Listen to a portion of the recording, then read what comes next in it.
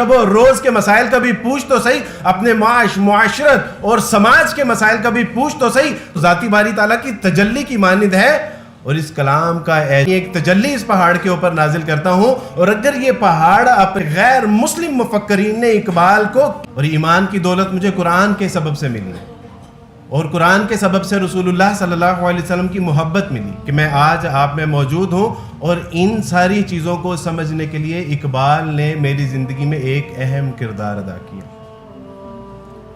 میں جب ایک بیزار انسان تھا، جب مذاہب کی دنیا میں جب میں آیا اور میں نے اپنے ہی مذہب کا مطالعے سے آغاز کیا، پھر ہندو مت کا، سکھ مت کا، بدھازم کا مطالعہ کیا، اور جب راحت جاں اور سکون قلب میسر نہ آئی تو کسی نے مجھے مشورہ دیا کہ آپ اسلام کا مطالعہ کیوں نہیں کرتے. اسلام کا مطالعہ کرنے کے لیے میں ایک مسجد میں گیا، اور مسجد میں جانے کے بعد مجھے وہاں سے قرآن تو میسر نہ آیا، لیکن بہرحال ایک انسیڈنٹ ہوا. انہوں نے کہا کہ آپ کے گھر میں قرآن نہیں ہے. میں نے کہا کہ میں قرآن کو اسٹڈی کرنا چاہتا ہوں، اور انہوں نے کہا کہ آپ کے گھر میں قرآن نہیں ہے. میں نے کہا میرے گھر میں کیسے ہوگا، میں کرسچن. تو انہوں نے ایک عجیب بات کی. انہوں نے کہا کہ اگر آپ عیسائی ہیں تو مسجد میں کیسے داخل ہو گئے، اور دوسرا یہ کہ آپ عیسائی ہونے کے باوجود یہ کہہ رہے ہیں کہ میں قرآن کو پڑھنا چاہتا ہوں. You can't touch the Quran because you are a Christian person. آپ تو اس کو ہاتھ بھی نہیں لگا سکتے. اس کے بعد اللہ سبحانہ و تعالیٰ کی توفیق سے میں نے یہ عہد کر لیا کہ اب قرآن کو تو پڑھنا ہے. دیکھتے ہیں کہ قرآن کو پڑھنے کے بعد کوئی طوفان آئے گا، بجلی چمکے گی، زمین شک ہوگی، آسمان سے کوئی جو ہے وہ آفت آئے گی. اب قرآن تو پڑھنا ہے، دیکھتے ہیں کہ کیا ہوتا ہے. اللہ سبحانہ و تعالیٰ کی توفیق سے قرآن لیا، قرآن کو پڑھا، اور قرآن کو پڑھنے کے بعد اکثر جو ہے وہ مشکلات کا سامنا کرنا پڑا. اور اسی دوران ڈاکٹر اسرار رحمۃ اللہ علیہ ایک نعمت کے طور پہ میرے سامنے آئے. قرآن میں نے پڑھا کہ الحمدللہ اللہ سبحانہ و تعالیٰ واحدہ و یکتا ہے، رسول اللہ صلی اللہ علیہ وسلم اس کے آخری نبی اور اس کے آخری رسول ہیں. یہ کتاب محض کتاب نہیں، یہ کتاب حیات ہے. تو اس میں اقبال نے جو میری معاونت کی، میں سمجھتا ہوں کہ اقبال ہر زمانے کے لیے ناگزیر ہے. یہ پہلے بھی ناگزیر تھا، یہ آج بھی ناگزیر ہے، اور یہ ہمیشہ پاک و ہند کے لیے ناگزیر ہی رہے گا.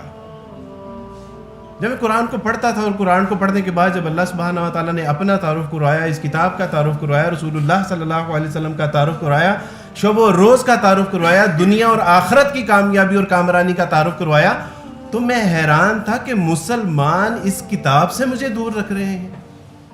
آخر وجہ کیا ہے؟ میں نے اقبال سے پوچھا کہ اقبال کیا وجہ ہے کہ اتنی اہم کتاب جو کتاب حیات ہے، آخرت کی کامیابی اور کامرانی کی طرف رہنمائی کرتی ہے، جو ابدی نجات کا پیغام ہے. تو اقبال نے کہا، اقبال کا اصل میں وہ پیغام نہیں، وہ مرثیہ ہے. اقبال کہتے ہیں کہ فاش گویم آنچ در دل مزمرست، این کتابیں نیست چیزیں دیگرست. یہ محض کتاب نہیں ہے جس کو تم نے کتاب سمجھ لیا ہے. کتابیں تو پڑھی جاتی ہیں، دوسری بار اس کو پڑھنے کا دل نہیں چاہتا، وہ تو بوسیدہ ہو جاتی ہیں. اس کا تصور، اس کا نظریہ، اس کی آئیڈیالوجی، وہ تمام کے تمام کچھ زمانے گزرنے کے بعد وہ بیکار ہو جاتی ہیں. تم نے اس کو کتاب سمجھ لیا، یہ کتاب نہیں ہے. مثل حق پنہام ہم پیداست نہیں ہے، زندہ و پائندہ و گویاست نہیں. یہ تو ذاتی باری تعالیٰ کی تجلی کی مانند ہے. کیونکہ موسیٰ علیہ السلام نے جب خواہش طفل کی اللہ سبحانہ و تعالیٰ کے حضور کہ اللہ سبحانہ و تعالیٰ جی میں آپ کو دیکھنا چاہتا ہوں، تو اللہ سبحانہ و تعالیٰ نے کیا کہا کہ آپ نہیں دے سکتے. ہاں یہ ہے کہ میں اپنی ایک تجلی اس پہاڑ کے اوپر نازل کرتا ہوں، اور اگر یہ پہاڑ اپنی جگہ پر سالم رہا تو تم مجھے بھی دیکھ لو. اقبال کہتے ہیں مثل حق پنہام ہم پیداست نہیں، زندہ و پائندہ و گویاست نہیں. یہ تو ذاتی باری تعالیٰ کی تجلی کی مانند ہے. اور اس کلام کا اعجاز اور اس کا ایک معجزہ یہ ہے کہ اس سے باتیں کرو تو یہ باتوں کا جواب بھی دیتی ہے. اے مسلمان، کبھی اپنی زندگی کے شب و روز کے مسائل کا بھی پوچھ تو صحیح، اپنے معاشرت اور سماج کے مسائل کا بھی پوچھ تو صحیح. تو اس وقت ذلت اور رسوائی میں کیوں مبتلا ہے؟ کبھی قرآن سے پوچھ تو صحیح. آج ہماری بہنیں بیٹیاں، آج ہمارے شہر، ہمارے بوڑھے، ہمارے بچوں کو روندا جا رہا ہے. کبھی قرآن سے پوچھ تو صحیح، یہ تجھ کو بتائے گا. وہ زمانے میں معزز تھے مسلمان ہو کر، اور ہم خوار ہوئے تارک قرآن ہو کر. اقبال ہی کا شعر اس کی تشریح کرتا ہے کہ ان لوگوں تو اللہ سبحانہ و تعالیٰ نے عزت اور رفعت عطا فرمائی، ان کو مقام و مرتبہ عطا فرمایا، لیکن تمہاری ذلت اور رسوائی کا سبب یہ ہے کہ تم نے قرآن کو ترک کر دیا. تو اقبال کہتے ہیں کہ یہ تو ذاتی باری تعالیٰ کی تجلی کی مانند ہے، اور یہ جب اس کا ایک اعجاز یہ ہے کہ اس سے باتیں کرو تو یہ باتوں کا جواب بھی دیتی ہے. کبھی پوچھو تو صحیح اس سے اپنی زندگی کے معاملے. مثل حق پنہاں ہم پہ داستیں، زندہ و پائندہ و گویاستیں. تو اقبال نے بتایا، ایک عیسائی کے بچے کو اقبال بتا رہا ہے.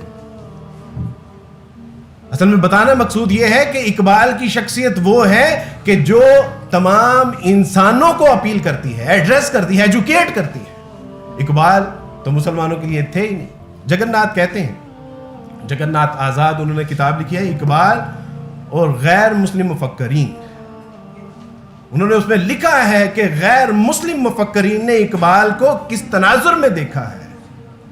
اور انہوں نے کہا ہے، اے جے عروی نے کہا تھا، جو مشرق ہے اگر اس نے اقبال کو پڑھ لیا، اس نے اس کو سمجھ لیا، اس نے اس کے افکار و نظریات کے اوپر اگر عمل کر لیا، تو ویسٹ کی شامت آ جائے گی.